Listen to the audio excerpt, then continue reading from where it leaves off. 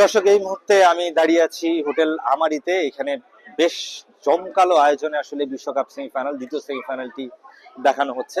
দেখতেই পাচ্ছেন আমার পেছনে প্রচুর সংখ্যক আর্জেন্টিনার দর্শকই বেশি, হয়তোবা গুটি কয়েক ইংল্যান্ডের দর্শকও থাকতে পারে, তবে নিঃসন্দেহে আর্জেন্টিনার সমর্থকদের সংখ্যাটা বেশি। এই ম্যাচকে এই ম্যাচকে এই ম্যাচটা আসলে মূলত শুধুমাত্র একটা সেমিফাইনাল নয়, ইংল্যান্ড আর্জেন্টিনা দ্বৈরথই নয়, এর পেছনে আছে অনেক ইতিহাস, অনেক দ্বৈরথ এবং ঐতিহ্য বলুন কিংবা রাইভালরি যে বিষয়টা, সেটি কিন্তু দারুণভাবে এই ম্যাচে কাজ করবে। কেননা নিশ্চয়ই আপনারা সবাই জানেন যে ফকল্যান্ড যুদ্ধের বিষয়টি এখানে উঠে আসছে। পাশাপাশি মারাদোনার 86 ওয়ার্ল্ড কাপের যে কীর্তি করেছিলেন, অর্থাৎ হ্যান্ড অফ গড কিংবা যদি বলি গোল অফ দ্য সেঞ্চুরি, ইংল্যান্ডের বিপক্ষেই করেছিল।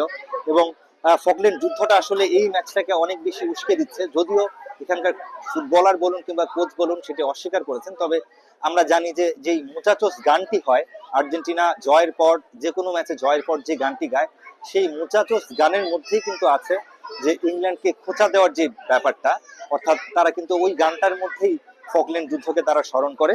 এবং এই ম্যাচ আসলে শুধুমাত্র একটা দ্বৈরথ কিংবা মাঠের লড়াই ছাপিয়ে নিঃসন্দেহে একটা পূর্বসূত্রিতা বলুন কিংবা একটা দারুণ রাইভালরি বলুন, সেটি কিন্তু হতে যাচ্ছে।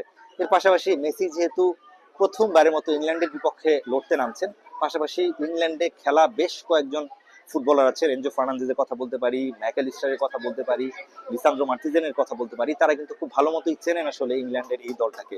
নিঃসন্দেহে দারুণ একটা এক্সাইটিং ম্যাচ আমরা উপভোগ করতে যাচ্ছি।